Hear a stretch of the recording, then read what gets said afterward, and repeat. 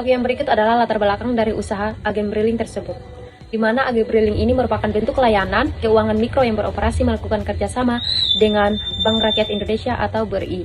Melalui layanan ini, masyarakat dapat melakukan berbagai transaksi perbankan tanpa harus datang langsung ke kantor cabang BRI. Yang berikut tujuan bisnis dari usaha agen Briling ini. Tujuan dari pendirian usaha agen Briling di wilayah Osapa atau STIM adalah untuk menghadirkan solusi transaksi keuangan yang praktis dan terjangkau bagi masyarakat. Yang berikut visi dan misi usaha agen Briling. Visinya adalah menjadi agen Briling yang terpercaya, cepat, dan terjangkau di wilayah STIM dan Osapa, serta menjadi pusat layanan keuangan digital yang mudah diakses oleh seluruh lapisan masyarakat. Misinya memberikan pelayanan transaksi yang cepat, aman, dan efisiensi kepada seluruh pelanggan. Kita masuk pada segmentasi pasar sendiri. Segmentasi pasar dibagi menjadi 5. Yang pertama, mahasiswa. Mahasiswa merupakan kelompok terbesar yang tinggal di sekitaran lokasi usaha. Nah, yang kedua, pekerja kos atau kontrak. Para pekerja yang muda yang tinggal di kontrakan biasanya membutuhkan layanan keuangan saat tiba-tiba perlu mengirim uang dan membayar tagihan atau melakukan tarik tunai tanpa harus ke bank. Yang ketiga, ibu rumah tangga. Ibu rumah tangga sering melakukan transaksi seperti pembayaran token listrik, PDAM, BPJS, dan pembelian pulsa keluarga. Yang kelima, pedagang kecil dan menengah. Pedagang yang di sekitar lokasi membutuhkan layanan sektor tunai, transfer pemasok, pembayaran BPJS, dan urusan keuangan lainnya. Yang terakhir, masyarakat umum. Segmen ini mencakup keseluruhan masyarakat yang ingin melakukan transaksi tanpa harus waktu yang lama. Baik, kita masuk pada target pasar yang di sini dibagi menjadi 3. Yang pertama, mahasiswa di lokasi bagian STIM. Nah, target utama adalah mahasiswa sebab mereka mendominasi wilayah tersebut menjadi aktivitas keuangan mereka yang cukup tinggi. Yang kedua, pegawai kantor yang membutuhkan transaksi yang lebih cepat. Nah, pegawai kantor memiliki jam kerja yang tetap, mereka membutuhkan transaksi yang tidak memakan waktu yang lama. Yang ketiga, masyarakat yang tidak memiliki akses transportasi ke bank. Kita masuk pada peluang pasar. Nah, peluang pasar yang semakin besar dikarenakan yang pertama, digitalisasi layanan perbankan. Yang kedua, meningkatnya kebutuhan transaksi non-tunai. Nah, tren pembayaran digital meningkat karena banyak pengguna membutuhkan bantuan agen Briling untuk melakukan transaksi tersebut. Yang ketiga, lokasi dekat pusat aktivitas. Nah, wilayah dekat kampus seperti Undana, Poltek memiliki perputaran uang yang tinggi.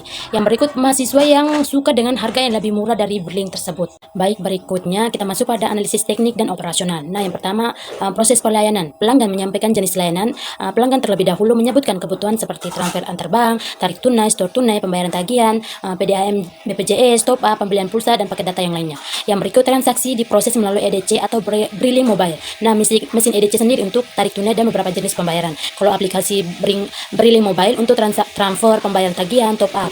Kita masuk pada pencetakan atau pengiriman bukti transaksi. Nah, setelah transaksi selesai, pelanggan menerima. Ada struktur cetak menggunakan EDC kalau bukti digital melalui WhatsApp jika melalui aplikasi. Hal ini menunjukkan transaksi dan meningkatkan kepercayaan pelanggan.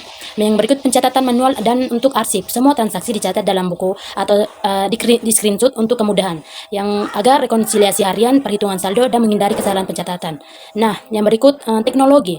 Mesin EDC Briling untuk transaksi tarik tunai, transfer, dan pembayaran. Kalau aplikasi Briling Mobile yang terhubung langsung dengan jaringan perbankan BRI. Yang berikut, sistem keamanan digital seperti OTP, PIN, dan notifikasi real time untuk melindungi nasabah. Nah, kemudian ada analisis finansial. Finansial sangat penting bagi usaha ataupun bisnis kita, teman-teman. Karena dalam kita membangun bisnis, kita harus mengetahui estimasi modal kita awal itu seperti apa, dan seiring berjalannya waktu kita harus mengetahui pengeluaran dan juga pendapatan kita itu seperti apa. Di sini bisa melihat bahwa dari awal mereka membangun bisnis usaha Briling ini, mereka menanamkan modal mereka sebesar 25 juta, dan kita bisa melihat bahwa per bulan itu mereka mendapatkan pendapatan mereka sekitar 6 juta, dan laba bersih mereka itu 3 juta. Karena kenapa 3 juta? Karena dipotong dari pengeluaran mereka seperti gaji karyawan, pembayaran gaji karyawan, pembayaran listrik, dan juga pembayaran tempat sewa untuk usaha Briling mereka, teman-teman. Nah, di sini kita bisa melihat bahwa return on investment dari usaha Briling itu yaitu sebesar 144% per tahunnya. Nah, penjelasan singkat sedikit ataupun kesimpulan dari aspek finansial ini, nilai ROI sebesar 144% itu menunjukkan bahwa usaha Briling ini sangat layak dan menguntungkan dari segi finansial, teman-teman. Saya akan menjelaskan tentang analisis hukum dan regulasi. Kenapa penting sekali dalam kita berusaha ataupun berbisnis, itu sangat penting sekali regulasi dan juga hukum, karena bisa menunjang risiko keamanan dari usaha kita tersebut, teman-teman.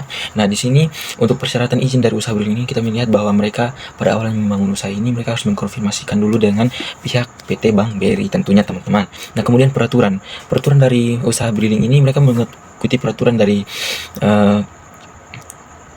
PT Bank BRI juga. Dari segi legalitas usaha di sini kita bisa melihat bahwa usaha Briling ini sudah cukup memadai untuk legalitas usaha mereka, karena mereka sudah mempunyai SKU ataupun surat keterangan usaha dari kelurahan, dan juga mereka sudah mempunyai situ ataupun surat izin tempat usaha, teman-teman.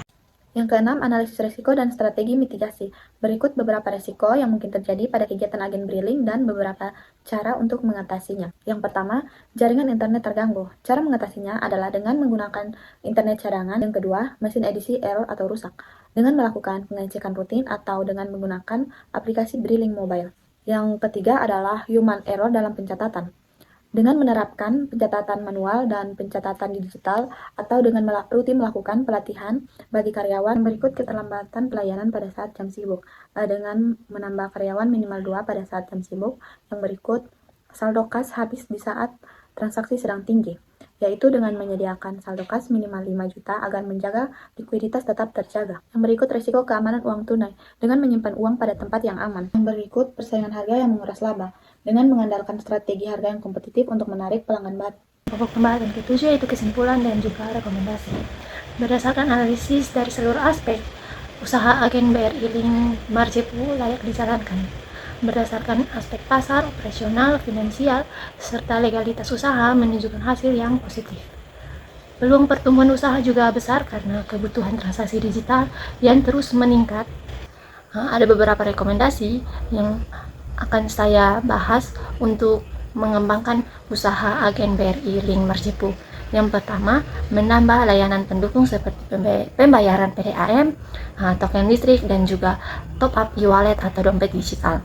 Yang kedua, memperbaiki sistem pencatatan menggunakan aplikasi spreadsheet atau software keuangan yang lain. Yang ketiga, menambah strategi promosi melalui media sosial seperti WhatsApp, Instagram, dan juga Google Maps